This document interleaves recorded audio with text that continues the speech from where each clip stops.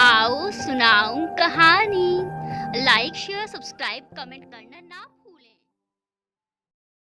आप देख रहे हैं कमबख्त इश्क अंतिम भाग। उसने जब युवराज को देखा तो वो सो चुका था और बार बार उसका सर दूसरी तरफ झुक रहा था, जिससे उसे परेशानी हो रही थी। श्रद्धा ने उसके सिर को अपने कंधे पर रख लिया, जिससे युवराज की नींद में कोई अड़चन न आए और वो आराम से सो सके। उसके चेहरे पर मुस्कान आ गई। उसने युवराज के बालों में उंगलियां घुमाई और अपना फ़ोन निकालकर चेक करने लगी तो उसकी आंखें फटी की फटी रह गई। उसके व्हाट्सएप पर एक अनजान नंबर से मैसेज आया था, मैं अभी आ रहा हूँ बेबी, लव यू। काफ़ी देर हो चुकी है, चलो अब घर चलते हैं। साक्षी वहाँ से उठते हुए बोली। हर्ष ने मुंह बनाकर कहा, इसका मतलब वो बच्चा झूठ बोल रहा था, तुमने तो मुझे कोई पप्पी सप्पी नहीं दी। झूठा कहीं का। हर्ष। साक्षी ने उसे आंखें दिखाते हुए कहा तो हर्ष उठकर चलने लगा। वो भी उसके पीछे मुस्कुराते हुए चलने लगी, लेकिन अचानक से हर्ष रुक गया और साक्षी उससे टकरा गई, क्योंकि वो हर्ष के पैरों को देखकर चल रही थी। उसे पता ही नहीं था हर्ष अचानक रुक जाएगा। हर्ष ने उसके सर को सहलाया और दोनों वहां से चले गए। हर्ष ने उसे उसके घर के कुछ दूरी पर ही उतार दिया और जैसे ही वो जाने को हुआ तो साक्षी ने कहा, अच्छा सुनो। हर्ष ने बिना उसकी तरफ देखे कहा, बोलो। साक्षी उसके पास आई और हर्ष के गाल पर किस करके कहा, उस बच्चे ने सही कहा था, कहकर वो चली गई। हर्ष अपने गाल पर हाथ रखकर जाती हुई साक्षी को देखने लगा, जब तक वो आंखों से ओझल नहीं हो गई। फिर वो भी चला गया। श्रद्धा युवराज जब मनाली पहुंचे, जिस होटल में उनका रूम बुक था, तो शाम के 6:30 बज चुके थे। उन्होंने रिसेप्शन से चाबी ली और ऊपर चले गए। उनका रूम चौथी मंजिल पर था। रूम नंबर 501 था। दोनों रूम में आए। आते ही युवराज तो औंधे मुंह बेड पर गिर पड़ा। श्रद्धा उसके पास जाकर हाथ को हिलाते हुए बोली, युवराज आप ठीक तो है ना। युवराज ने उसे भी अपने ऊपर खींच लिया। श्रद्धा के बाल युवराज के चेहरे पर बिखर गए। उसने अपनी उंगलियों से श्रद्धा के बालों को उसके कान के पीछे करते हुए कहा, हाँ मुझे कुछ हुआ है। दोनों इतने करीब थे कि उनकी सांसें एक दूसरे से टकरा रही थी। मुझे अपनी बीवी पर प्यार आ रहा है, श्रद्धा ने खुद को उससे अलग करते हुए कहा। युवराज पहले फ्रेश हो जाइए, कहकर वो उठ गई तो युवराज भी उठकर रूम देखने लगा। सो स्वीट, उसने कहा तो आती हुई श्रद्धा ने कहा, हाँ अब हनीमून स्वीट है तो स्वीट होगा ही। युवराज ने उसे अपने करीब खींचते हुए कहा, तो फिर शुरू करें। क्या? श्रद्धा ने अपनी नजरें झुकाकर कहा। एक हाथ से युवराज ने उसकी कमर को पकड़ा हुआ था और दूसरे से उसकी जुल्फों को संवारते हुए कहा, वही जिसके लिए घरवालों ने हमें यहाँ भेजा है, कहकर उसके चेहरे पर हल्के से फूंक मारने लगा, जिससे श्रद्धा के अंदर सिरहन सी होने लगी और उसने अपनी आंखें बंद कर ली। कुछ देर बाद दोनों खाना खाने के लिए नीचे आए, जहाँ रेस्टोरेंट था। रात हो चुकी थी। ठंड का मौसम तो था ही था, लेकिन बाहर ज़बरदस्त ठंड थी, जिससे बाहर से आती हवाओं से हल्की ठंड लग रही थी। युवराज और श्रद्धा एक टेबल पर आकर बैठ गए। हर टेबल पर एक बुके रखा हुआ था, जिसमें से निकलती फूलों की खुशबू माहौल को और खूबसूरत बना रही थी। नर के बाद साक्षी अपने कमरे में बैठी हर्ष के द्वारा किए गए उस मजाक के बारे में सोचने लगी। वो हर्ष को खोना नहीं चाहती थी, लेकिन हर्ष के ऐसी मजाक करने से वो बार बार अपसेट हो जाती थी। उसके दिमाग में हर्ष को लेकर ना जाने कैसे कैसे ख्याल आने लगे। पता नहीं हर्ष सच में मुझसे प्यार करता भी है या नहीं, वो मुझसे शादी करेगा या नहीं। सोच सोच कर वो परेशान हो उठी। मनाली में होटल का गार्डन भी बहुत खूबसूरत था। होटल के मेन गेट से होटल तक एक हल्का घुमावदार रास्ता और उसके अगल बगल में टेबल, जिसके चारों तरफ कुर्सियां सजाई हुई थी। जगह जगह पेड़ों के नीचे भी चबूतरे बनाए गए थे और सब छोटे बल्ब से सजाया हुआ था, जिससे रात के वक्त वहाँ का माहौल जगमगाने लगता था। श्रद्धा युवराज डिनर करके अपने रूम में चले आए। उस समय श्रद्धा को वैसे मैसेज वाली बात का ध्यान ही नहीं रहा और ना ही उसने दोबारा फ़ोन चेक किया। उन्हें अभी तक कुछ भी अंदाज़ा नहीं था कि उनके साथ साथ मनाली में कोई और भी आया है और इस वक्त वो भी उसी होटल में ठहरा हुआ है। अगली सुबह ऐसे ही युवराज बालकनी में खड़ा बाहर का नज़ारा देख रहा था। पहाड़ों और जंगलों की खूबसूरती मन को लुभा रही थी। आज दोनों बाहर जाने वाले थे। श्रद्धा उसके बगल में आकर खड़ी हो गई। अभी अभी वो नहा कर निकली थी। गुलाबी साड़ी में वो बहुत सुंदर और प्यारी लग रही थी। उसके बालों से अभी भी पानी की बूंदें टपक रही थी, जो चेहरे और गर्दन पर किसी मोती की तरह चमक रही थी। युवराज तो बस उसमें ही खोकर रह गया था। श्रद्धा की बॉडी से आती खुशबू से वो श्रद्धा के करीब खींचता चला गया और अगले ही पल उसे अपनी बाहों के घेरे में ले लिया। श्रद्धा तो चौंक पड़ी क्योंकि वो बिना उसकी तरफ देखे युवराज से कुछ कह रही थी। युवराज ने उसके कंधे पर अपनी ठोड़ी टिका ली और फिर गर्दन पर अपने होंठ रख दिए। श्रद्धा को अंदर तक गुदगुदी होने लगी। उसने भी अपना सर युवराज के सीने में छुपा लिया और दोनों एक दूसरे के प्यार को ऐसे ही महसूस करते रहे। तभी युवराज के फ़ोन में कॉल आने लगी। तब जाकर जैसे दोनों नींद से जागे। उफ, ये फ़ोन हर पल बजता रहता है। पापा का है, कहकर युवराज ने फ़ोन रिसीव किया। गुड मॉर्निंग पापा। विशाल जी ने चिंतित होकर युवराज को कुछ कहा, जिससे युवराज परेशान सा हो गया। श्रद्धा भी अपना फ़ोन लेकर उसके पास आई। उसके फ़ोन के व्हाट्सएप पर फिर से उसी अननोन नंबर से मैसेज आया था, तुम जहाँ मैं भी वहाँ, जिसे देखकर श्रद्धा फिर से परेशान हो उठी। युवराज ने जब उसे परेशान देखा तो पूछा, क्या हुआ, तुम परेशान लग रही हो? श्रद्धा ने उसे फ़ोन में आए मैसेज दिखाते हुए कहा, युवराज, कल जब आ रहे थे तभी मेरे फ़ोन पर एक अनजान नंबर से मैसेज आया था। मैं आपको कल ही बताना चाहती थी लेकिन मेरे दिमाग से उतर गया। अभी उसी नंबर से फिर मैसेज आया है। युवराज ने मैसेज देखा तो उसे बहुत गुस्सा आया। वो गुस्से से बोला, उसकी इतनी हिम्मत कि वो तुम्हें ऐसे मैसेज भेजे? श्रद्धा हैरानी से बोली, युवराज, आप किसकी बात कर रहे हैं? क्या आपको पता है ये नंबर किसका है? युवराज ने कहा, यह हरकत ज़रूर रोहन की ही होगी, लेकिन उसे तो पुलिस पकड़ कर ले गई थी। उसे लॉकअप में होना चाहिए, तो फ़ोन तो नहीं होगा उसके पास। युवराज श्रद्धा को यूँ परेशान होता या घबराते हुए नहीं देखना चाहता था, लेकिन उससे कुछ छुपाना भी नहीं चाहता था। श्रद्धा ने उसे खामोश देखकर फिर से पूछा, युवराज, बताइए, आपको कैसे पता कि वो रोहन ही है? क्योंकि वो कल रात ही लॉकअप से भाग चुका है। श्रद्धा घबराने लगी और युवराज के गले लग गई। युवराज, वो रोहन ने पहले भी एक लड़के को मार दिया था जब हम स्कूल में पढ़ते थे। वो लड़का मुझे देखकर हमेशा मुस्कुरा देता था और कभी कभी मुझसे बात करने की कोशिश करता था, लेकिन रोहन को लगा वो मुझे छेड़ता है और एक दिन उस रोहन ने उस लड़के को बहुत मारा था। उस लड़के की हालत ऐसी थी कि देखकर ही मैं पूरी बेहोश हो पड़ी थी और 5 दिन तक स्कूल नहीं गई थी। युवराज, वो आपके साथ तो कुछ गलत नहीं करेगा ना? युवराज ने उसे खुद से अलग करके उसकी आंखों से निकले आंसुओं को अपनी उंगली से हटाकर हंसते हुए कहा, ये तो गलत बात है, तुम मेरी बीवी हो, मैं मिसेस युवराज सिंह राठौर, समझी? ऐसे डर क्यों रही हो? वो भी उस रोहन से, वो हमारा कुछ नहीं बिगाड़ पाएगा। श्रद्धा हल्का मुस्कुरा कर बोली, हाँ, बिल्कुल सही कहा आपने। मैं मिस्टर युवराज सिंह राठौर की वाइफ हूँ और मिसेस राठौर होने के नाते मुझे डरने की कोई ज़रूरत नहीं है और मैं किसी से डरती भी नहीं हूँ युवराज। लेकिन ये बीवी अपने पतिदेव को खोने से डरती है। मैं आपको खोना नहीं चाहती युवराज, और उस रोहन का क्या भरोसा, क्या करे? जहाँ तक मैं समझती हूँ वो यहाँ भी आ चुका होगा। अच्छा श्रद्धा, चलो आज हम रोहतांग दर्रा, पहाड़ों के बीच से आने वाले रास्ता घूमने चलते हैं। वहाँ एक खूबसूरत सी जगह है, दसोहर झील। मैंने भी कभी नहीं देखी है, लेकिन हाँ, लोग कहते हैं बहुत खूबसूरत है। आज दोनों रोहतांग दर्रा के लिए निकल चुके थे, जो कि मनाली से लगभग 50 किलोमीटर पड़ता है। राठौर मैंशन में प्रीति हाँफ रही थी, अपने बेटे के पीछे पीछे घूमकर। बाकी सारे लोग भी हॉल में बैठकर उन माँ बेटों को देखकर हंस रहे थे। प्रीति वंश को खाना खिलाने के लिए उसके पीछे पीछे घूम रही थी। वंश, रुक जाओ बेटा, ऐसे जिद नहीं करते। आप खाना खा लो, फिर आपके चाचू भी जल्दी आ जाएंगे। वंश भागते हुए चाचू चाचू कहे जा रहा था। क्या प्रीति, एक बच्चे को तुम पकड़ नहीं पा रही हो? प्रशांत ने हंसकर कहा। तो प्रीति बोली, अच्छा, तो फिर एक काम कीजिए, आज वंश को आप ही खाना खिला दीजिए। प्रशांत को कुछ कहते नहीं बना, क्योंकि यहाँ सबको पता था वंश बहुत कम ही प्रशांत के पास आता है और उसको खाना खिला पाना तो प्रशांत के लिए बहुत मुश्किल काम था। क्योंकि क्या हुआ, खिलाइए अपने बेटे को खाना। देवर जी ने इसे अपने प्यार में बिगाड़ दिया है। जब तक उनके हाथों से ना खा ले तब तक पूरा घर सर पर उठा लेगा। क्या करूँ मैं इसका? रीना जी दौड़ रहे वंश को पकड़कर गोदी में उठा लेती हैं और प्रीति के पास आकर कहती हैं, प्रीति बहू, तुम इतना परेशान मत हो, वंश को आज हम खाना खिलाते हैं। क्यों वंश, आप खाओगे ना खाना आज दादी के हाथों से? वंश ने अपना सर हिलाकर हाँ कहा। रीना जी ने उसे डाइनिंग टेबल के पास लाकर अपनी गोदी में बैठा लिया और अपने हाथों से उसे खिलाने लगी।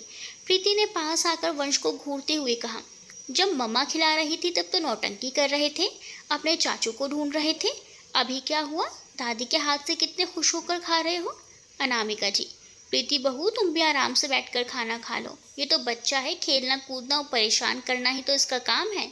जब से पवन ने शादी में जो कुछ किया या युवराज के साथ जो कुछ किया, जिसकी वजह से अब वो अक्सर कम ही बोला करती थी।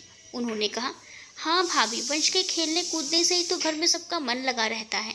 नीतीश जी ने कहा, बिल्कुल सही कहा तुमने कुंती, बच्चों से ही घर में रौनक रहती है। जब भी थक हार कर ऑफिस से घर आओ तो इसकी मुस्कान से ही थकान उतर जाती है। विशाल जी, बिल्कुल सही कहा आपने भैया। अब तो अर्जुन के घर में सबको पता था शिप्रा की प्रेगनेंसी के बारे में। मोहिनी जी तो अभी से ही उसका बहुत ख्याल रखती थी और अर्जुन तो इतना खुश था इस खबर से कि उसके चेहरे से मुस्कान कभी हटती ही नहीं थी। सच में कभी कभी तो लोग भी उसे देखकर सोचते होंगे कि वो पागल है। आज जब अर्जुन ऑफिस पहुंचा, वहाँ भी वो अपने कैबिन में बैठकर वैसे ही मुस्कुरा रहा था। तभी एक स्टाफ मेंबर ने डोर नॉक किया। अर्जुन उसे अंदर बुलाकर पूछा, हाँ अनुज, बोलो क्या बात है। अनुज हिचकिचाते हुए बोला, सर वो अरे अनुज, तुम इतना घबरा क्यों रहे हो, बोलो बात क्या है। अनुज ने हिम्मत करके पूछा, सर आप ये हर वक्त मुस्कुराते क्यों रहते हैं। पता है सबको लगता है कि आप। उसकी बात सुनकर एक पल के लिए अर्जुन का चेहरा पूरा गंभीर हो गया, जिसे देखकर अर्जुन को डर लगने लगा। लेकिन तभी अर्जुन जोर से हंसने लगा। उसने अनुज को मुस्कुराने की वजह बताई तो अनुज ने उसे बधाई दी और बाहर निकलने लगा।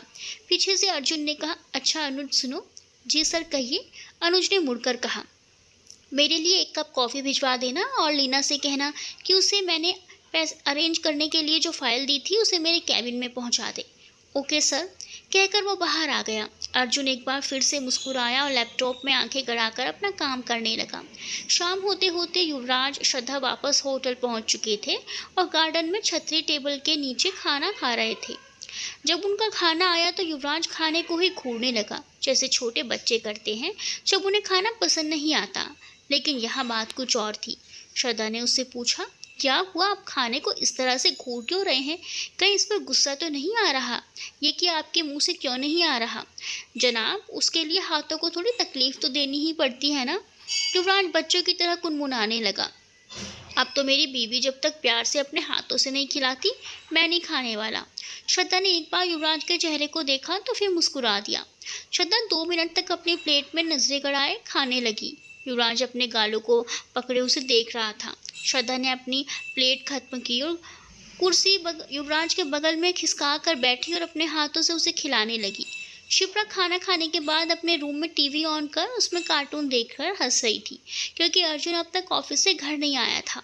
मोहिनी जी सोने जा रही थी कि शिप्रा के कमरे के पास से गुजरते हुए उन्होंने शिप्रा को हंसते हुए देखा तो मुस्कुरा कर आगे बढ़ गई। श्रद्धा युवराज को खाना खिलाने में बिजी थी तो वहीं युवराज श्रद्धा को प्यार से देखने में। उसी वक्त उनके टेबल पर कोई लड़का एक लेटर रखकर चला गया। खाना खाने के बाद जब दोनों की नज़र उस पर पड़ी, उन्होंने देखा तो आसपास कोई नहीं था। बाकी सारी टेबल्स पर कपल्स बैठे हुए थे जो अपनी ही दुनिया में व्यस्त थे। दोनों अपने रूम में आ गए। कपड़े चेंज करने के बाद युवराज ने उस लेटर को देखा। प्रिय श्रद्धा, तुम चिंता मत करो, तुम मेरी हो और मैं तुम्हें अपना बनाकर ही रहूँगा। बहुत जल्द मैं तुम्हें उस युवराज से दूर ले जाऊँगा जहाँ सिर्फ तुम और मैं रहूँगा। प्लीज़ जब तक तुम अपना ख्याल रखना, सिर्फ तुम्हारा आशिक। उसे पढ़कर युवराज को बहुत गुस्सा आया। उसकी आंखें लाल हो गई। युवराज मन में बुदबुदाया, ये तो बिल्कुल पागल हो चुका है। बस एक बार तुम मेरे हाथ लग जाओ, तुम्हारा ये पागलपन और आशिकी का सारा भूत उतार दूंगा। युवराज को खड़ा देख श्रद्धा बोली, युवराज क्या हुआ, ऐसा क्या है उस लेटर में, और ये आपके चेहरे पर आपको गुस्सा आ रहा है, लेकिन क्यों। कुछ नहीं, तुम सो जाओ, थकी हुई होगी, इस लेटर में कुछ खास नहीं है, कहकर युवराज ने उसे साइड में रख दिया। वो इस वक्त श्रद्धा को बताकर रातों की नींद नहीं छीनना चाहता था। सुबह बताने का सोचकर उसने अभी कुछ नहीं बताया, लेकिन श्रद्धा को महसूस हो गया कि युवराज कुछ छुपा रहा है। उसकी नज़र टेबल पर रखे उस लेटर पर गई, फिर भी उसने नज़रें फेर ली और तुरंत ही सो गई। युवराज की आंखों से इस वक्त नींद कोसों दूर थी, जैसे कोई प्रेमिका अपने प्रेमी से रूठती है। जब तक अर्जुन घर लौटा काफ़ी देर हो चुकी थी, तब तक शिप्रा भी टीवी देखते देखते ही सो गई थी। अर्जुन ने जब उसे देखा तो उसे ठीक से बेड पर सुलाकर ब्लैंकेट उड़ा दिया और उसके बालों पर हाथ फिराकर माथे पर किस कर दिया। अपना कोट उतारकर बाथरूम में जाकर उसने कपड़े चेंज किए और आकर लेट गया। अगली सुबह श्रद्धा ने नहाकर पिंक कलर का गाउन पहना, जिसमें वो बड़ी ही प्यारी लग रही थी। युवराज अभी भी नहीं उठा था। वो बाथरूम से निकलकर मुस्कुराते हुए युवराज की तरफ बढ़ी और करीब पहुंचकर अपने बालों को छिड़क दिया, जिससे पानी की बूंदें युवराज के चेहरे पर जाकर गिरी। युवराज ने जल्दी से उठकर श्रद्धा को पकड़ना चाहा, लेकिन श्रद्धा दूर हट गई, जिससे वो उसे पकड़ नहीं पाया। मुझसे छुपकर कहाँ जाओगी? तुम्हारी सांसों की महक भी आकर मुझे बताती है कि तुम कहाँ हो। तुम्हारे दिल की धड़कनों की आवाज़ मेरे कानों तक पहुंच जाती है। युवराज बालकनी की तरफ बढ़ते हुए कह रहा था। वो उसे अपनी बाहों में भरकर प्यार करना चाहता था कि उसका फ़ोन बज उठा। ओहो, इस फ़ोन को तो एक दिन मैंने आग लगा देनी है, कहकर वो फ़ोन के पास गया, लेकिन उसने जैसे ही स्क्रीन पर देखा चौंक पड़ा। फ़ोन तो वाईफाई ने किया है, इसका मतलब उसने बेवकूफ़ बनाया। युवराज ने जल्दी में जाकर बालकनी में देखा, जहाँ वो खड़ी थी लेकिन अभी गायब थी। वो नीचे भाग गई और उस वक्त गार्डन में टहल रही थी। युवराज ने ऊपर से उसे देखा, वो भी ऊपर देखने लगी कि तभी किसी ने आकर उसको गले लगा लिया। श्रद्धा ने देखा तो चौंकते हुए बोली, तुम यहाँ? I am surprised. सरप्राइज तो मैं भी हो गई हूँ श्रद्धा मैडम। वैसे तुम्हारे गले में ये मंगलसूत्र, मांग में सिंदूर, तुमने शादी कर ली और मुझे बताया तक नहीं। अच्छा मिस काव्या, तुमने कौन सा हमें बताया जब शादी की, और तुम्हारा पति कहाँ है? मेरा पति तो वही है, कॉलेज वाला, और उसी के साथ यहाँ आई हूँ। हमारी शादी को पूरा 1 साल हुआ है, इसी खुशी में। श्रद्धा अपने दिमाग पर जोर डालकर याद करके बोली, ओह, तो तुमने आके विनय से शादी कर ही ली। कॉन्ग्रेचुलेशंस काव्या। काव्या ने थैंक्स कहकर उससे पूछा, वैसे तुम अपने पति से नहीं मिलवाओगी? युवराज अभी तक नीचे ही देख रहा था, लेकिन श्रद्धा ने नज़र ऊपर उठाई तो युवराज रूम में आ गया और एक नंबर पर कॉल करने लगा। दूसरी तरफ फ़ोन रिसीव करके एक लड़के ने कहा, हेलो भाई, इतने दिनों बाद आज मेरी याद कैसे आई तुम्हें? युवराज, बस दिमाग पर जोर डालकर तब याद आई कि हाँ, एक और भी दोस्त है मेरा। खैर ये बताओ कैसे हो? ठीक हो भाई, एकदम मस्त। तुम बताओ कैसे हो? सुना है तूने शादी कर ली और हमें खबर तक नहीं। वाह बेटा, सही है। वैसे भाभी से कब मिलवा रहे हो? उसने कहा। युवराज, तू जब चाहे मिल सकता है, लेकिन घर आकर। वैसे सुन, मैंने तुझे किसी काम से याद किया है। उसने कहा। हाँ बोलो, क्या काम है? युवराज ने उसे कुछ समझाया और फ़ोन कट कर दिया। नीचे गार्डन में खड़ी श्रद्धा को कुछ एहसास ही नहीं था कि कब से 2 जोड़ी आंखें उसे देख रही थी। वाह, कितनी खूबसूरत लग रही हो, तुम्हें देखकर तो कयामत ही आ जाएगी, उसे एक शख्स ने कहा। और उसने झूठ नहीं कहा था, सच में ही वो प्यारी लग रही थी। श्रद्धा ने कहा, हाँ तो मैं अपने पति के साथ ही यहाँ आई हूँ, चल तुझे मिलवाती हूँ उनसे। जैसे ही वो काव्या का हाथ पकड़कर मुड़ी, युवराज उन्हीं के पास आ रहा था। काव्या तो उसे देखते ही पहचान गई, लेकिन उसे ये नहीं पता था कि युवराज ही श्रद्धा का पति है। युवराज ने उसकी तरफ ध्यान न देकर आगे बढ़ गया। श्रद्धा उसे आश्चर्य से देखने लगी। सुनिए, श्रद्धा ने कहा, लेकिन युवराज ने श्रद्धा को छोड़ काव्या से कहा, ओ हाय काव्या, तुम यहाँ अकेले आई हो या अपने पति के साथ? काव्या ने हेलो करते हुए कहा, अरे नहीं नहीं, मैं अपने पति के साथ ही आई हूँ। लेकिन तुम यहाँ? मैंने सुना था तुम्हारी शादी के बारे में। हाँ, किसी दिव्या नाम की लड़की से। कहाँ है वो? मुझे भी मिलवाओ। श्रद्धा तो युवराज को एकदम खा जाने वाली नज़रों से देख रही थी। काव्या ने उसे देखकर कहा, अरे मैडम, ऐसे क्यों घूर रही हो? माना कि ये हैंडसम है, लड़कियाँ अभी भी मरती हैं, लेकिन इसका ये मतलब नहीं कि तुम उसे ऐसे घूरो। इसकी शादी हो चुकी है, समझी? और तुम भी तो शादीशुदा हो। अगर तुम्हारे पति ने देख लिया तो क्या सोचेगा? श्रद्धा बस फीकी सी मुस्कुरा दी। ऐसे युवराज, यह है मेरी सहेली श्रद्धा, ये भी अपने पति के साथ ही यहाँ आई है। युवराज ने एकदम से कहा, ओ वाह काव्या, मुझे अच्छा लगा तुमसे यहाँ मिलना, वरना मैं तो बोर ही हो रहा था। मेरी बीवी तो, उसने बात अधूरी छोड़ दी। चलो ना, सब साथ में बैठकर कॉफ़ी पीते हुए बात करते हैं। राठौड़ मेंशन में सभी नाश्ता कर रहे थे कि पवन हाथों में बैग लेकर अपने कमरे से निकला। बुआ ने उससे पूछा, पवन तुम कहीं जा रहे हो क्या? हाँ माँ, मुझे कुछ ज़रूरी ही काम है, इसीलिए बाहर जा रहा हूँ। उसने सबसे आशीर्वाद लिया और अपना बैग लेकर बाहर निकल गया। कुछ ही देर में वो एयरपोर्ट पर बैठा मन ही मन कहने लगा, तुम चिंता मत करो युवराज, मैं आ रहा हूँ। उसके बगल में एक और लड़का आकर बैठ गया। पवन ने देखा तो वो रघु था, जो उसके लिए काम करता था। रघु, तुमने ठीक से नज़र रखी थी ना? अभी वो लोग कहाँ हैं? हाँ बॉस, वो लोग किसी रॉयल होटल में ठहरे हुए हैं। मैंने सुबह ही मोंटी को कॉल किया था, उसने बताया कि वो उनकी आंखों के सामने ही है। थैंक यू रघु, इस बार तुमने मेरी बहुत मदद की। अब मैं जल्दी से मनाली पहुँच जाऊँ। उन लोगों की फ़्लाइट सुबह 8:45 बजे की है। वो तीनों आकर एक टेबल पर बैठ गए और कॉफ़ी का ऑर्डर देकर बात करने लगे। युवराज ने श्रद्धा की तरफ देखकर कहा, वैसे अभी अभी आपकी सहेली ने कहा आप अपने पति के साथ आई हैं, उन्हें भी बुलाइए, साथ में कॉफ़ी पियेंगे। कहकर युवराज ने उसे आंख मारी। श्रद्धा ने टेबल के नीचे से युवराज के पैर पर अपने पैर से ज़ोर से दे मारा। आउच! युवराज के मुंह से निकला तो काव्या बोली, अरे क्या हुआ? कुछ नहीं कुछ नहीं। कुछ देर में वेटर की ड्रेस में कोई लड़का कॉफ़ी लेकर आया, उसने टेबल पर रखकर चला गया। सब कॉफ़ी पीने लगे तो युवराज की नज़र टेबल पर रखी एक चिट पर गई। युवराज ने उसे पढ़ा। ये तुम दोनों के साथ में आखिरी कॉफ़ी है, एंजॉय। श्रद्धा ने परेशान होते हुए कहा, क्या हुआ युवराज, क्या लिखा है उस चिट में? युवराज ने उसे सब बता दिया। श्रद्धा बोली, युवराज हम वापस चलते हैं, मुझे नहीं रहना यहाँ प्लीज़। चलिए ना वापस चलते हैं। युवराज ने उसके पास आकर उसके कंधों पर हाथ रखकर कहा, रिलैक्स श्रद्धा, तुम डरो नहीं। और मन में, इस बार वो रोहन नाम का ग्रह हमेशा के लिए हमारी ज़िंदगी से दूर हो जाएगा। काव्या उन दोनों को ऐसे बात करते देख सदमे में थी। कभी युवराज के चेहरे को देखती तो कभी श्रद्धा को। तुम दोनों तो ऐसे बात कर रहे हो तो एक दूसरे की परवाह कर रहे हो, जैसे एक पति पत्नी करते हैं। युवराज ने पहले श्रद्धा को देखा, फिर काव्या को देखते हुए कहा, क्योंकि हम पति पत्नी हैं mister and Mrs Rathore. Kavya के हाथ से कॉफ़ी का मग छूटकर नीचे गिर गया। तो फिर काव्या, जिससे तुम्हारी शादी थी और तुम दोनों तब से ये नौटंकी कर रहे थे, ये मुझे बुद्धू बनाने के लिए? श्रद्धा, अरे जो पहले से ही हो उसे क्या बनाना? काव्या ने मुंह बना लिया, फिर पूछा, वैसे उस चिट का क्या मतलब है? युवराज ने उसे सारी बात बता दी। हालांकि काव्या रोहन से मिली नहीं है कभी, इसीलिए उसे इस बारे में कुछ नहीं पता। विनय काव्या को ढूंढते ढूंढते वहाँ पहुँचा और श्रद्धा युवराज से भी मिला। युवराज का सर भी भारी होने लगा तो वो श्रद्धा से कहकर रूम की तरफ बढ़ा, लेकिन श्रद्धा को भी कुछ अजीब सा लगा।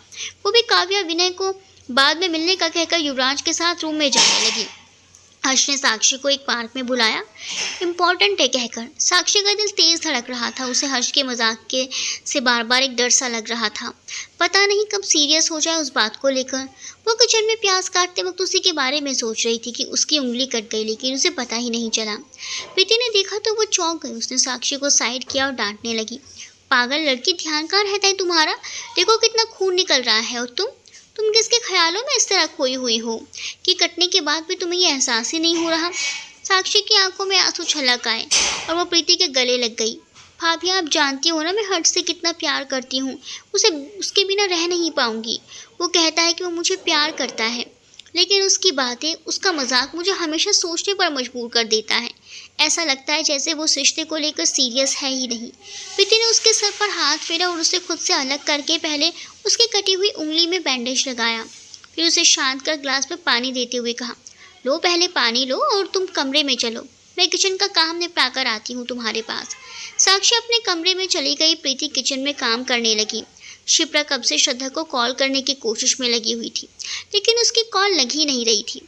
अर्जुन ने जब उसे यूं परेशान देखा तो उसके हाथ से फ़ोन छीनकर कहा, यार क्यों इतना परेशान हो रही हो? नेटवर्क नहीं मिल रहा होगा इसीलिए नहीं लग रहा। प्लीज़ तुम इतना टेंशन मत लो, वरना हमारे बेबी पर असर होगा। अर्जुन ने उसे पानी दिया और उसके सर पर हाथ फेरने लगा।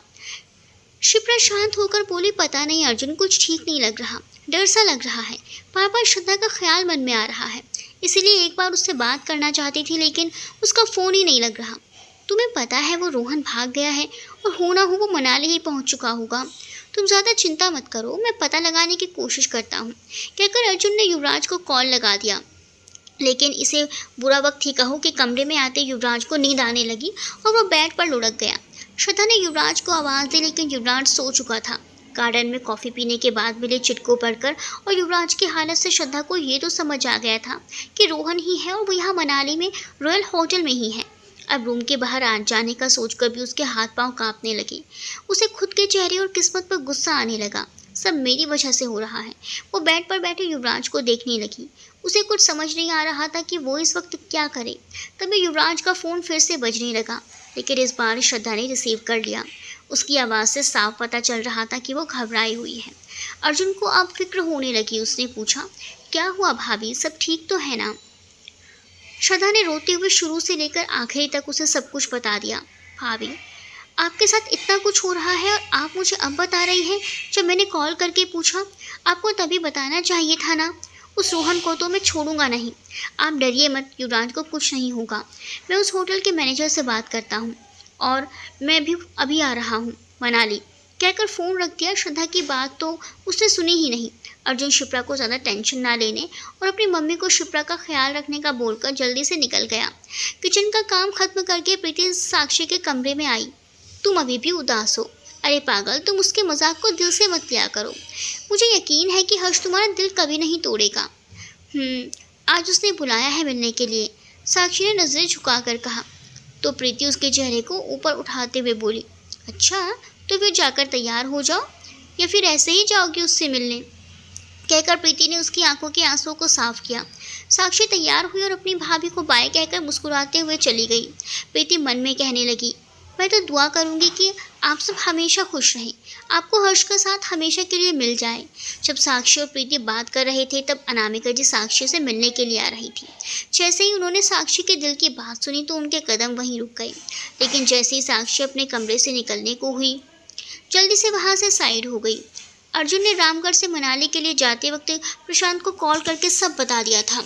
वो उनके साथ क्या हो रहा है ये राठौड़ मेंशन में अब तक सभी जान चुके थे। श्रद्धा ने युवराज को उठाने की बहुत कोशिश की लेकिन वो उठा ही नहीं। श्रद्धा सर पकड़कर रोने लगी। उसे काव्या का ख्याल आया और वो उसे ढूंढने के लिए नीचे दौड़ पड़ी। सीढ़ियों से दौड़ते हुए नीचे उतर रही थी कि इतने में किसी ने उसके मुंह पर रुमाल रख दिया और वो बेहोश हो गई। उस शख्स ने उसके एक हाथ को अपने कंधे पर रखा और नीचे उतरने लगा। जो भी उन्हें रास्ते में मिलते उनके पूछने पर कहता कि वो उसकी बीवी है और उसकी तबीयत खराब है इसीलिए डॉक्टर के पास ले जा रहा है। नीचे रिसेप्शनिस्ट ने भी ध्यान से नहीं देखा क्योंकि श्रद्धा के बाल उसके चेहरे को छुपाने में कामयाब हो रहे थे। उस आदमी ने बाहर निकलकर उसे गाड़ी में बैठाया जहाँ पहले से ही एक लड़की बैठी हुई थी। दोनों ने एक दूसरे को देखा और मुस्कुराकर उसे गाड़ी आगे बढ़ा दी। पवन जिस फ्लाइट से आ रहा था वो चंडीगढ़ लैंड हुई थी और वहाँ से एक गाड़ी से मनाली जा रहा था। वो उस शहर में कदम रख चुका था। कुछ ही देर में वो एक ट्रैफिक सिग्नल पर आकर रुका। तभी उसके बगल में जो गाड़ी खड़ी थी उसमें बैठे लोग आपस में झगड़ने लगे। रोहन, तुमने कहा था ना कि तुम श्रद्धा युवराज दोनों को मारने वाले हो, लेकिन तुमने मुझे धोखा दिया। तुमने वो जहर सिर्फ युवराज की कॉफ़ी में मिलाया, श्रद्धा की कॉफ़ी में नहीं। क्यों? अरे बेवकूफ़ लड़की, तुम्हें क्या लगा मैं अपनी मोहब्बत को जान से मार दूंगा? दुश्मन तो वो युवराज था, मेरी और श्रद्धा के बीच आया था, इसलिए मैंने उसे मार दिया।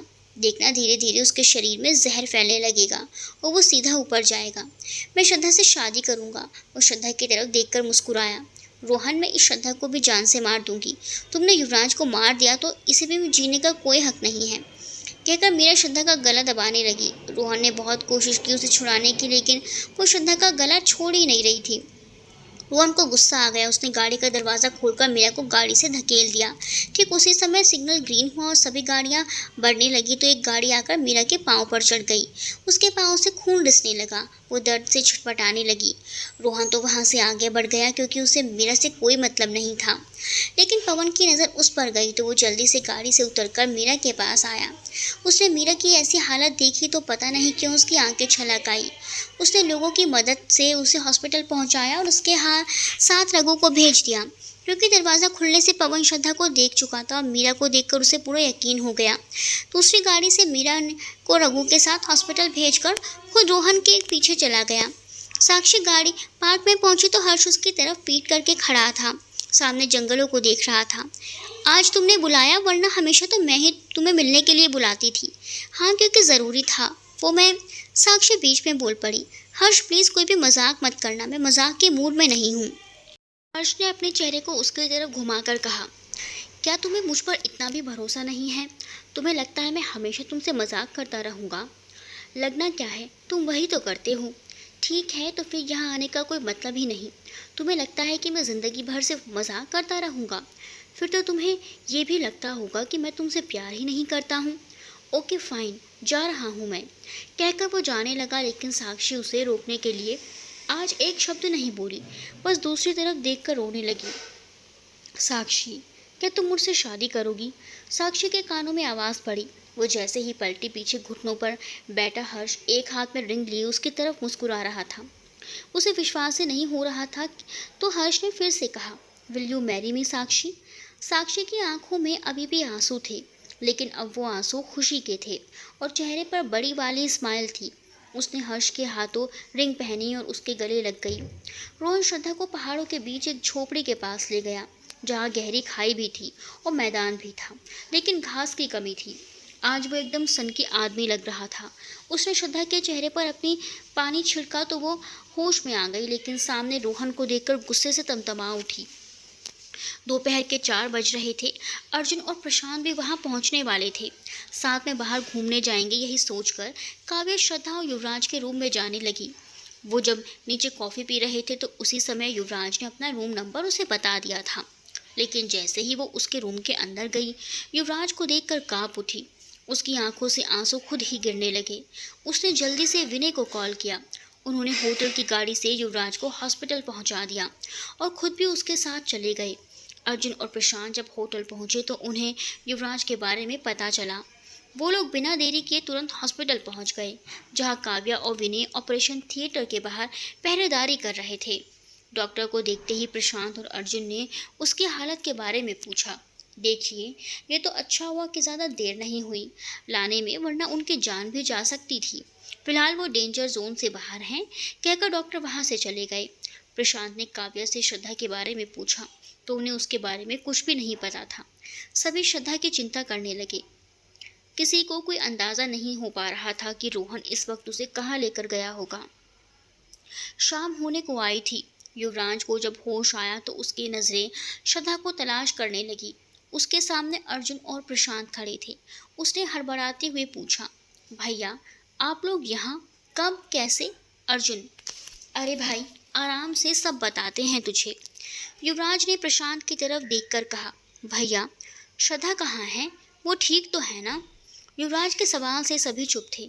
तभी काव्या आगे आकर बोली, युवराज जब मैं तुम्हें रूम में लाई तब तुम्हारी हालत बहुत ख़राब थी। मैंने श्रद्धा को आवाज़ भी लगाई, लेकिन कमरे में शायद तुम्हारे अलावा कोई और नहीं था और मैं तुम्हें अकेले ला नहीं सकती थी, इसीलिए मैंने तुरंत विनय को कॉल करके बुलाया और तुरंत तुम्हें हॉस्पिटल लेकर आ गए। किसी को नहीं पता कि श्रद्धा कहाँ है। अर्जुन ने कहा, शायद तुम्हारे सोने के तुरंत बाद ही श्रद्धा से मेरी बात हुई थी। काफ़ी परेशान सी लग रही थी वो। भैया वो रोहन मनाली पहुंच चुका है, उसी ने हमारे साथ सब कुछ किया है। हमें श्रद्धा को ढूंढना चाहिए, मैं जा रहा हूँ, कहकर वो बेड पर से उतर गया। अर्जुन तू रामगढ़ की पुलिस को फ़ोन करके सब बता दे और ये भी बता कि रोहन इस वक्त मनाली में है। प्रशांत, लेकिन युवराज अभी रात हो रही है, हम अंधेरे में कहाँ ढूंढेंगे उसे? ढूंढेंगे भैया, क्योंकि उसके सिवा कोई दूसरा रास्ता नहीं है हमारे पास, कहकर युवराज एकदम तेज़ कदमों से उस रूम से बाहर निकला। दूसरी तरफ एक पहाड़ वाली जगह और सामने छोटा सा एक घर, जो देखने में बहुत खूबसूरत था, लेकिन इस वक्त वो अच्छे से दिखाई नहीं दे रहा था। रोहन श्रद्धा के पास आकर बैठ गया और उसको देखते हुए ही बोला, कैसी हो श्रद्धा बेबी? देखो मैंने तुमसे कहा था ना कि एक दिन मैं तुम्हें अपना बना लूँगा। देखो मैं तुम्हें इस युवराज से आज़ाद करके ले आया हूँ। अब तुम मेरी हो जाओगी। इस जगह पर हम अपना घर बनाएंगे, मैं तुमसे शादी करूँगा। श्रद्धा अब हमारे बीच कोई नहीं आएगा। श्रद्धा ज़ोर ज़ोर से हंसने लगी। रोहन को कुछ समझ नहीं आ रहा था कि इसे क्या हुआ। श्रद्धा के चेहरे के भाव अचानक से बदल गए। रोहन, लगता है तुम खुली आंखों से सपने बहुत देखते हो। रोहन ने मुस्कुरा कर कहा, बिल्कुल देखता हूँ। मैं तो कहता हूँ हर किसी को खुली आंखों से सपने देखने चाहिए और उसे पाने के लिए खून में एक जुनून होना चाहिए। खैर मेरा सपना तो तुम्हें पाने का है और मैंने तुम्हें पा लिया। श्रद्धा गुस्से से बोली, रोहन तुम पागल हो गए हो क्या? हाथ खोलो मेरा। ऐसा कभी नहीं हो सकता, समझे तुम? लगता है तुम्हारा दिमाग कहीं खो चुका है, इसीलिए सोचने समझने की शक्ति नहीं रह गई। दिखाई नहीं देता तुम्हें मैं युवराज की हो चुकी हूँ, बीवी हूँ मैं उनकी।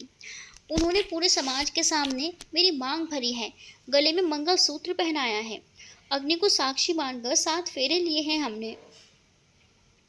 मैं युवराज से बहुत प्यार करती हूँ। आई लव युवराज। सिर्फ युवराज समझे तुम? श्रद्धा ने चिल्ला कर कहा तो रोहन को बहुत गुस्सा आया। उसने श्रद्धा को एक थप्पड़ मार दिया। श्रद्धा के गोरे चेहरे पर उसकी उंगलियों के निशान साफ नजर आने लगे, लेकिन श्रद्धा की आंखों से आंसू नहीं गिरे। सॉरी श्रद्धा, सॉरी। तुम्हें दर्द तो नहीं हो रहा ना? मैं तुम पर हाथ नहीं उठाना चाहता था, लेकिन तुमने ही मुझे मजबूर कर दिया, तो मैं क्या करता? उसके गाल को छूने के लिए जैसे ही उसने हाथ आगे बढ़ाया, श्रद्धा जोर से चिल्लाई, दूर दूर रहो मुझसे। युवराज गाड़ी में बैठा बेहद गंभीरता से इधर उधर देख रहा था। तभी शाम होने के कारण चीज़ें अच्छी तरह से नहीं दिखाई दे रही थी। गाड़ी में युवराज के अलावा प्रशांत, काव्या और विनय भी मौजूद थे। अर्जुन गाड़ी ड्राइव कर रहा था। काव्या हाथ जोड़े मन ही मन भगवान से प्रार्थना कर रही थी कि वो रोहन श्रद्धा को कोई नुकसान न पहुंचाए। बाकियों की भी ऐसी ही हालत थी, लेकिन युवराज के मन में 3 साल पहले की घटी घटना घूम रही थी। उसका दिल एक बार फिर बैठा जा रहा था। अर्जुन, यार, कुछ समझ नहीं आ रहा कि किस तरफ जाएं। पता नहीं वो रोहन भाभी को कौन सी जगह लेकर गया होगा। तभी युवराज के फ़ोन पर एक मैसेज आया। शायद कहीं की लोकेशन थी। अगर अपनी बीवी को बचाना चाहते हो तो इस जगह पर आ जाओ। उसने सोचा पता नहीं किसका नंबर है, अगर झूठ बोल रहा है तो। लेकिन उसके पास कोई दूसरा विकल्प नहीं था। युवराज ने अर्जुन से कहा, यहाँ से लेफ्ट लेकर गाड़ी सीधे से ले चलो। युवराज के कहे अनुसार ही अर्जुन ने गाड़ी लेफ्ट की ओर मोड़ दी। वो रास्ता उबड़ खाबड़ जगहों के बीच बना हुआ था। शिप्रा अपने रूम में परेशानी से हाथों में फ़ोन लेकर इधर उधर घूम रही थी। उसने कई बार अर्जुन को फ़ोन किया, लेकिन अर्जुन का फ़ोन बंद आ रहा था, क्योंकि वहां पहुंचते अर्जुन के फ़ोन की बैटरी डेड हो चुकी थी। अब तक घर में सबको पता चल चुका था। हर्ष से मिलने के बाद जहां साक्षी खुश थी, वहीं घर आकर उसे श्रद्धा के बारे में पता चला तो वो उनके लिए परेशान हो गई। किसी के गले से खाना पानी नहीं उतर रहा था। जानकी जी अपने चेहरे को हाथों में छुपाकर रो रही थी। क्यों भोलेनाथ, क्यों? आखिर आप बार बार मेरी बच्ची को मुसीबत में क्यों डालते हैं? उसने आज तक किसी का नुकसान भी नहीं किया, लेकिन उसकी ज़िंदगी में इतनी परेशानी क्यों लिख दी आपने? उसकी बहन ने उसके कंधे पर हाथ रखकर कहा, दीदी, आप शांत हो जाइए। हमारी श्रद्धा को कुछ नहीं होगा और उस रोहन को तो ऐसी सज़ा मिलेगी कि वो ज़िंदगी भर भूल नहीं पाएगा।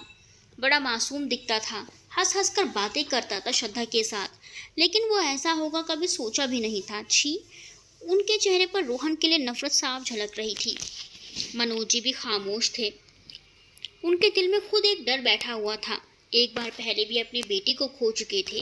वो खुद ही इस वक्त मजबूर और लाचार महसूस कर रहे थे, तो जानकी जी को क्या कहकर दिलासा देते। हर्ष भी एक कोने में खड़ा कभी अपने पापा को तो कभी अपनी माँ की हालत को देख रहा था। उसकी आंखों में आंसू डबडबा रहे थे।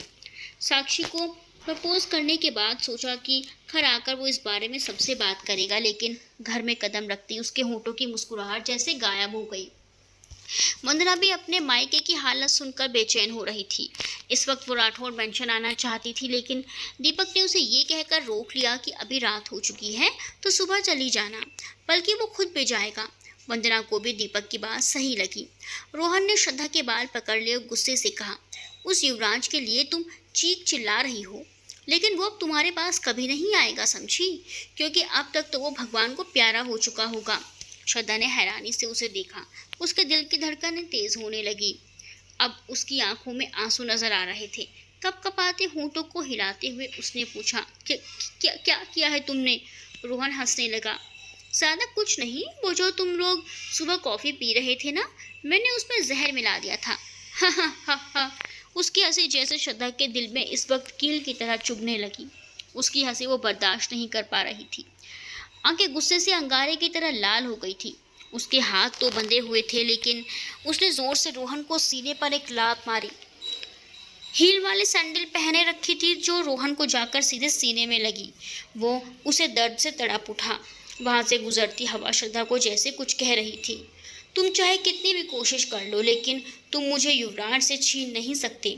तुमने कहा ना कि तुमने कॉफ़ी में जहर मिलाया था और इसीलिए खुश हो कि युवराज अब नहीं रहे, लेकिन लगता है तुमने इस हवा को पहचाना नहीं। वो आ रहे हैं। अब अगर तुम बचना भी चाहो ना, तब भी नहीं बच पाओगे। मुझे अपने सिंदूर पर पूरा भरोसा है, कहकर श्रद्धा मुस्कुराई। रोहन उठकर श्रद्धा के पास आकर फिर से कहने लगा, बहुत बड़ी गलतफहमी में हो तुम कि तुम्हारा पति आएगा। तुम इस सिंदूर पर भरोसा कर रही हो जो तुम्हें युवराज ने लगाया है। 1 मिनट कहकर उसने अपनी जेब से एक छोटे से सिंदूर की डब्बी निकाली और उसे खोलकर चुटकी भर सिंदूर हाथ में ले लिया। श्रद्धा ने देखा तो उसकी आंखें चौड़ी हो गई। मोहिनी जी ने शिप्रा को बेड पर बैठाया और एक गिलास पानी देकर कहा, बेटा तुम चिंता मत किया करो। अर्जुन और प्रशांत गए हैं ना, कुछ नहीं होगा तुम्हारे दोस्त को। वो पागल इंसान कुछ नहीं कर पाएगा। श्रद्धा ने साइड में रख दिया पानी और मोहिनी जी के गले लगकर रोते हुए बोली, माँ, मैंने उसे पहले भी एक बार खो दिया था, अब दोबारा नहीं खोना चाहती। वो बहुत अच्छी है। मोहिनी जी ने उसका सर सहला कर कहा, वो बहुत अच्छी है और अच्छों के साथ हमेशा अच्छा ही होता है। चलो नीचे कुछ खा लो, तुमने दोपहर से कुछ नहीं खाया और इस वक्त भूखे रहना अच्छी बात नहीं है, वरना अर्जुन को पता चला तो वो बहुत नाराज़ हो जाएगा। शिप्रा तुम नीचे चली गई। श्रद्धा उसे मना करते हुए बोली, रोहन नहीं, तुम ऐसा कुछ नहीं करोगे। अरे सिंदूर लगा रहा हूँ, इसके बाद तुम उस युवराज की नहीं बल्कि मेरी बीवी बन जाओगी। नहीं रोहन, प्लीज़ ऐसा मत करो। मैं युवराज की पत्नी हूँ, मैं एक शादीशुदा औरत हूँ, तुम ऐसा नहीं कर सकते। लेकिन रोहन ने उसकी एक ना सुनी।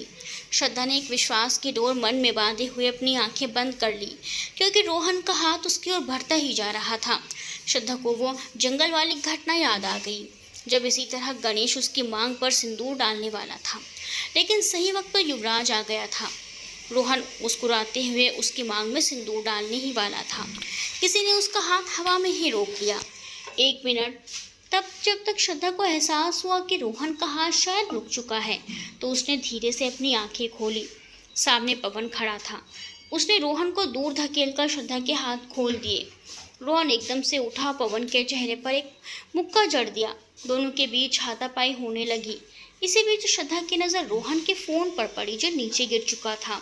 उसने उठाकर जल्दी से युवराज का नंबर डायल किया, लेकिन युवराज का दिमाग इस वक्त बहुत डिस्टर्ब था, ऊपर से अनजान नंबर, इसलिए युवराज ने नहीं उठाया। श्रद्धा ने 3 बार ट्राई किया, लेकिन युवराज ने फ़ोन रिसीव नहीं किया। वो परेशान हो गई। उसने ज़ोर से फ़ोन पटक दिया। तभी उसके कानों में गोली की आवाज़ सुनाई पड़ी। वो एकदम से पलटी तो देखा रोहन ने पवन की बाह पर गोली मार दी थी। युवराज, अर्जुन, प्रशांत उसी वक्त वहां पहुंचे तो गोली की आवाज़ कानों में पड़ते ही युवराज का दिल धक सा रह गया। जल्दी से सभी गाड़ी से नीचे उतरे और आवाज़ की दिशा में आगे बढ़ गए। जैसे ही सामने पहुंचे, वहां का नज़ारा देख सबकी आंखें चौंधी आ गई। पवन अपने हाथ को पकड़े खड़ा था, जिससे खून लगातार बहे जा रहा था, लेकिन उसके चेहरे पर कोई दर्द के भाव नजर नहीं आ रहे थे। रोहन गुस्से में उबल पड़ा। मैंने तुम्हें कितनी बार कहा है कि मेरे और श्रद्धा के बीच में मत आना, लेकिन तुम्हें मेरी बात समझ नहीं आती है क्या? वो सिर्फ मेरी है, सिर्फ मेरी। युवराज ने श्रद्धा को देखा और श्रद्धा ने उसे। जैसे ही दोनों एक दूसरे की तरफ बढ़ने को हुए कि रोहन ने जल्दी से श्रद्धा के ऊपर गन पॉइंट कर दी। श्रद्धा, तुम मेरी नहीं हुई तो मैं तुम्हें किसी का भी नहीं होने दूंगा। उसकी बात सुनकर सभी अपनी जगह पर ठिठक गए, लेकिन फिर भी श्रद्धा आगे बढ़ने लगी तो युवराज ने कहा, नहीं श्रद्धा, रुक जाओ प्लीज़, मेरे लिए प्लीज़ आगे मत बढ़ो। रोहन, तुम श्रद्धा को कुछ मत करना, मैं तुम्हारे सामने हाथ जोड़ता हूँ, कहो तो मैं पैर पकड़ लेता हूँ, कहकर वो गिड़गिड़ाने लगा। श्रद्धा ने युवराज की आंखों में खुद को खोने का डर और दर्द देखा तो उसने अपने कदम वहीं रोक लिए। साले युवराज, तुम मरते काहे नहीं हो बे? कितनी बार कोशिश की तुम्हें मारने की, लेकिन हर बार बच जाते हो। सोचा था जहर खाकर तो मर ही चुका होगा, लेकिन तू है कि मेरा पीछा ही नहीं छोड़ता। अच्छा हुआ जो तू आ गया, अब मैं तुझे अपने हाथों से मारूंगा, कहकर वो हंसने लगा और इस बार युवराज के ऊपर गन पॉइंट कर ली। इस बार श्रद्धा की आंखों में डर दिख रहा था। वो रोहन से बोली, रोहन प्लीज़ उन्हें कुछ मत करना, तुम चाहो तो मेरी जान ले लो। नहीं रोहन, तुम मेरी जान ले लो, लेकिन मेरी श्रद्धा को कुछ मत करना। रोहन कभी युवराज को तो कभी श्रद्धा को देखने लगा। इसी बीच युवराज ने पवन को इशारा किया। पवन ने जख्मी हाथ के साथ अपने एक हाथ से रोहन के हाथ पर वार किया तो उसके हाथ से गन छूटकर नीचे गिरी। युवराज ने तेजी से दौड़कर उस बंदूक को अपने हाथ में उठा लिया। अब रोहन के हाथ कुछ नहीं था, क्योंकि अब वो सबके बीच घिर चुका था और उसके पास बंदूक भी नहीं थी। युवराज ने उसके कॉलर को पकड़कर उसकी आंखों में देखकर कहा, क्यों बे, तू मुझे मारना चाहता था? तूने कभी सुना नहीं है क्या कि मारने वालों से बड़ा बचाने वाला होता है? और तेरे हाथों में लिखा ही नहीं है कि तेरे हाथों मरूं, लेकिन मेरे हाथों में तुम्हारे लिए बहुत कुछ लिखा हुआ है। उसने बंदूक के पिछले हिस्से से उसके चेहरे पर एक वार किया, जिससे वो नीचे गिर पड़ा और उसके होठों से खून निकलने लगा। युवराज ने श्रद्धा को देखा तो उसे श्रद्धा के चेहरे पर उंगलियों के निशान दिखाई दिए, जिससे उसका गुस्सा 7वें आसमान पर पहुंच गया और उसने रोहन को उठाकर मारना शुरू कर दिया। लात घूसों से रोहन का शरीर कांप रहा था। वह दर्द से कराहने लगा, लेकिन युवराज नहीं रुका। श्रद्धा ने अपनी आंखें हथेलियों के बीच ली। प्रशांत, युवराज को छोड़ दो, उसे इसको पुलिस को सौंप देंगे। तुम इसको खून से अपने हाथ मत रंगो। नहीं भैया, वैसे सुधरने वालों में से नहीं है ये। रोहन की हालत बुरी हो चुकी थी, लेकिन उसकी अकड़ अभी भी नहीं गई थी। वो उठा और युवराज के हाथों से गन छीनने की कोशिश करने लगा। इसे छीना झपटी में गोली चल गई तो सब घबरा उठे। गोली रोहन के पेट में लगी थी, वो वहीं गिर पड़ा और अभी जो कुछ भी हुआ उसकी वजह से युवराज का दिमाग सुन्न हो गया। पुलिस की जीप भी वहां पहुंच गई। प्रशांत ने पहले ही पुलिस को इन्फॉर्म कर दिया था कि कोई घटना हुई तो वो संभाल ले। गोली लगी थी लेकिन रोहन अभी भी जिंदा था। पुलिस ने नब्ज चेक की तो उसकी सांसें अभी भी चल रही थी। उन्होंने जल्दी से उसे हॉस्पिटल पहुंचाया। श्रद्धा दौड़कर युवराज के पास आई और उसके गले लग गई। बहुत घबराए हुए थे सभी। पुलिस ने सबका बयान दर्ज किया और सभी वहां से लौटने लगे। काव्या ने कहा, थैंक गॉड श्रद्धा कि तुम सेफ हो। बहुत ज़्यादा डर गए थे हम सब। सभी कुछ ना कुछ बोल रहे थे लेकिन युवराज खामोश था। उसे कुछ देर पहले हुई घटना याद आ रही थी, या यूं कहो उसके दिमाग से जा ही नहीं रही थी। उसे इस तरह खामोश देखकर गाड़ी में सभी चुप हो गए। प्रशांत ने सभी इसके वापस जाने के टिकट बुक किए। सुबह की फ्लाइट से सभी लौटने वाले थे। रात भर किसी को भी नींद नहीं आई। अगले दिन राठौर मैंशन में सभी एक साथ खड़े हुए थे। श्रद्धा और युवराज को सुरक्षित देखकर सबके दिल को सुकून मिला। सबने राहत की सांस ली। श्रद्धा सबसे मिली। सबको लगा कि वो लोग थक गए होंगे तो उन्हें आराम करने के लिए भेज दिया गया। दोनों अपने कमरे में जाने लगे कि उनकी नज़र एक कोने में नज़रें झुकाकर खड़ी रोहन की बूढ़ी माँ पर गई। दोनों उनके पास गए। रोहन की माँ ने उन्हें देखते ही अपने हाथ जोड़ लिए और आंखों से आंसू गिरने लगे। उन्हें बहुत अफसोस था अपने बेटे के किए पर। श्रद्धा ने उनके हाथ छुड़ाकर अपने गले लगाकर कहा, काकी, आप क्यों हाथ जोड़ रही हैं? इसमें आपकी कोई गलती नहीं है। आपने तो उसे नहीं कहा था ना ऐसा करने के लिए। रोहन की माँ रोते हुए बोली, बेटिया मुझे माफ़ कर दो। उसकी तरफ से मैं तुमसे माफ़ी मांगती हूँ। युवराज ने उसकी हथेली को पकड़कर रोते हुए कहा, काकी मुझे माफ़ कर दीजिए। मैंने उस पर गोली चला दी। मैंने अपने इन्हीं हाथों से उसे मारा। कहकर युवराज उनके हाथों से खुद को मारने लगा। नहीं बेटा, तुम माफ़ी क्यों मांग रहे हो? गलती तो उस नालायक ने की और उसे उसकी की सज़ा तो मिलनी ही थी। मुझे तुम लोगों से कोई शिकायत नहीं है। वो रोते हुए वहाँ से वापस चली गई।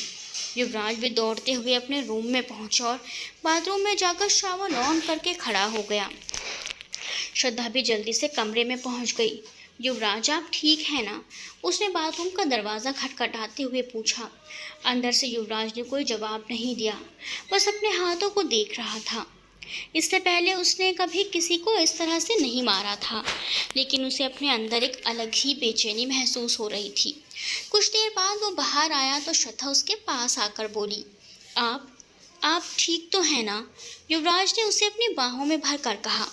अब जिसके पास इतनी खूबसूरत बीवी हो, जो आपसे इतना प्यार करती हो, जो आपके लिए जान देने को भी तैयार हो, तो उसे और क्या चाहिए? मैं ठीक हूँ कहकर उसने उसके माथे को किस किया। श्रद्धा भी उसमें सिमट गई। ऐसे ही दिन बीतने लगे। रोहन थोड़ा ठीक हुआ तो वहाँ की पुलिस ने उसे रामगढ़ रेफर कर दिया। अनामिका जी ने साक्षी और हर्ष के रिश्ते की बात की तो सबने सहमति दे दी। आखिर उनकी खुशी से बढ़कर और क्या हो सकता था। जल्द ही हर्ष और साक्षी की एंगेजमेंट तय कर दी गई और वो दिन भी आ गया जब उनकी सगाई होनी थी। दोनों ने ही खुशी से एक दूसरे को रिंग पहनाई। फिर सभी डांस एंजॉय करने लगे। हर्ष और साक्षी ने कपल डांस किया। दोनों बहुत प्यारे लग रहे थे। सबने खूब तालियां बजाई। साक्षी स्टेज पर आई और माइक लेकर कहने लगी, हेलो एवरीवन, जैसे कि आप सब जानते हैं कि आज मेरी सगाई है और मैं चाहती हूँ कि मेरे प्यारे भैया भाभियाँ डांस करें। कहकर वो स्टेज से उतरकर नीचे आ गई। उसने प्रीति की गोद से वंश को ले लिया और सामने बैठी रीना जी की गोदी में दे दिया। उसने प्रीति, प्रशांत, श्रद्धा, युवराज को, वहीं हर्ष ने अपनी रवि भैया और सुरभि भाभी को उठाकर स्टेज पर ले गए और गाना चलवा दिया, मरीज़े इश्क हूँ में कर दे दवा, मरीज़े इश्क हूँ में कर दे दवा। सबका डांस बहुत ही बेहतरीन था। इसी तरह ये सगाई संपन्न हुई। शादी का अभी तय नहीं था लेकिन इसी साल होनी तय थी। एक सप्ताह गुजरा। मीरा के पैर टूट चुके थे। वो अपने मम्मी पापा के साथ राठौर मैंशन आई। उस समय सभी नाश्ते के लिए डाइनिंग टेबल पर बैठे हुए थे। डोरबेल बजी तो इस बार वो अपनी जगह से खड़ी हो गई। उन्होंने जाकर दरवाज़ा खोला तो सामने मीरा व्हीलचेयर पर बैठी हुई थी और पीछे उसके मम्मी पापा थे। मीरा ने उन्हें नमस्ते किया। वो एक तरफ हुई तो सभी अंदर चले आए। मीरा को देखकर सभी हैरान थे, साथ ही उसके लिए दुखी भी थे कि बेचारी अभी चल फिर नहीं पा रही थी। मीरा के पापा कुछ कहने वाले थे कि मीरा बोली, मैं जानती हूँ कि आप सभी मुझसे नफरत करते हैं और क्यों ना करें, मैंने काम ही ऐसा किया है। अपनी बेवकूफ़ी की वजह से मैंने युवराज जैसा दोस्त खो दिया, अपने इतने अच्छे परिवार को खो दिया। मैं आप सबसे माफ़ी मांगकर अपने गुनाहों को कम तो नहीं कर सकती, लेकिन इस बोझ में रहकर मैं ज़िंदा नहीं रह पाऊंगी। मुझे अपने किए पर पछतावा है। अंकल आंटी प्लीज़ मुझे माफ़ कर दीजिए, कहकर मीरा रोने लगी। इस बार उसकी आंखों में पछतावा था। अनामिका जी ने उसके सर पर हाथ फेरते हुए कहा, पहले तुम रोना बंद करो, आंसू तुम्हारी आंखों में बिल्कुल भी सूट नहीं करते। विशाल जी, हाँ मीरा, तुम्हें अपनी गलती का एहसास है, इससे बड़ी बात और क्या हो सकती है।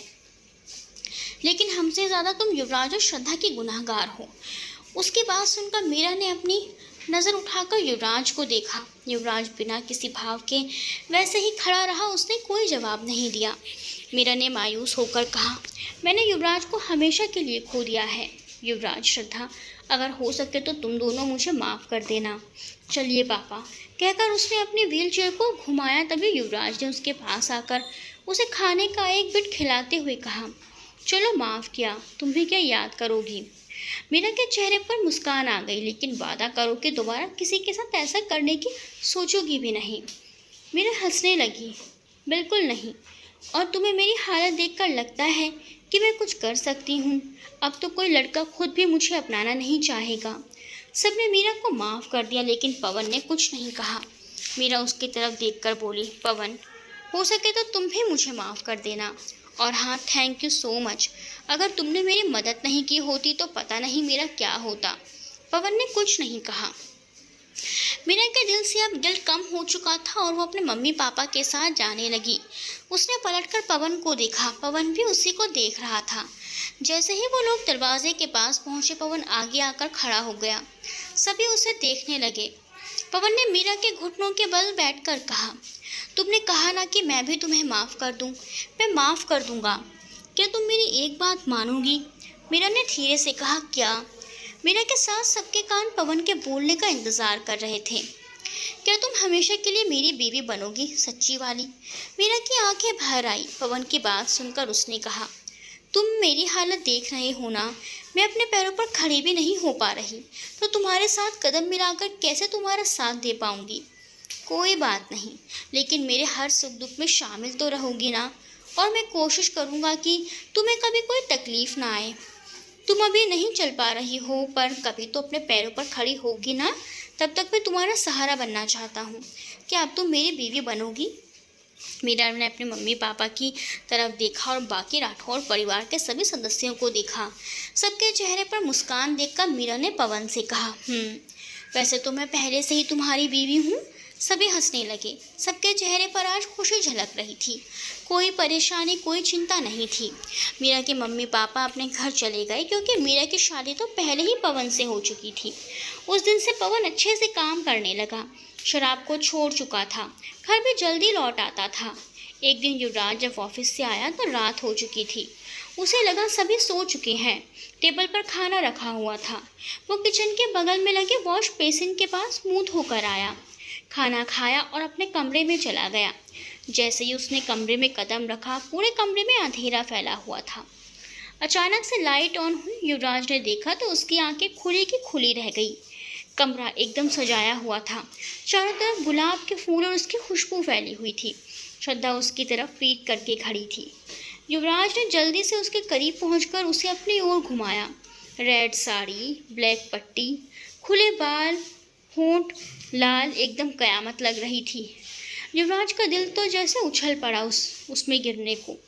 उसने उसे बाहों में भर कर कहा, आज सच में तुम मेरी जान लेने वाली हो। हाय ये कमबख्त इश्क। वो तो मैं। युवराज ने उसे कुछ कहने ही नहीं दिया और उसे गोद में उठाकर बेड की तरफ बढ़ गया। 1.5 साल बाद श्रद्धा ने एक बेटे को जन्म दिया। युवराज उसे अपनी गोद में लिए हुए था। उसकी प्यारी प्यारी आंखें, छोटे छोटे नन्हे नन्हे हाथ। युवराज उसे बेतहाशा चूमने लगा। सभी उसे देखकर हंस रहे थे। युवराज प्रशांत एक साथ बोले, यार युवराज, हमारी बेटी को भी तुमने अपनी गोद में लिया था ना, तो अपनी बेटी को हमें नहीं दोगे? युवराज उनकी तरफ बिन देखे बोला, हाँ मैं नहीं दूंगा अपनी बेटी किसी को भी। प्रशांत और अर्जुन मुंह फाड़े एक दूसरे को देखने लगे। तभी साक्षी आकर बोली, भैया उसकी बुआ की गोदी में भी तो दीजिए एक बार बेबी को। बुआ नहीं मामी कहो। वो दोनों आपस में उलझ पड़े, बुआ और मामी के चक्कर में। युवराज अपनी बेटी को लेकर वहाँ से चला गया। श्रद्धा युवराज की तरफ आते हुए बोली, युवराज बेबी को मुझे दीजिए, माँ बुला रही है आपको। ना, युवराज ने कहा और खुद ही लेकर आगे बढ़ गया। उसने श्रद्धा को भी नहीं दिया। श्रद्धा हैरानी से उसे जाते देखती रही, फिर खुद भी उसके पीछे चल दी। पंडित जी ने कहा, आप लोगों ने बच्ची का नाम क्या सोचा है? सबने अपनी अपनी पर्ची दी। खोलकर देखा तो सब में एक वर्ड लिखा था, राजश्री सिंह राठौड़, राजश्री सिंह राठौड़। सब एक साथ हंस पड़े तो वो बच्ची भी मुस्कुराने लगी अपना नाम सुनकर। समाप्त।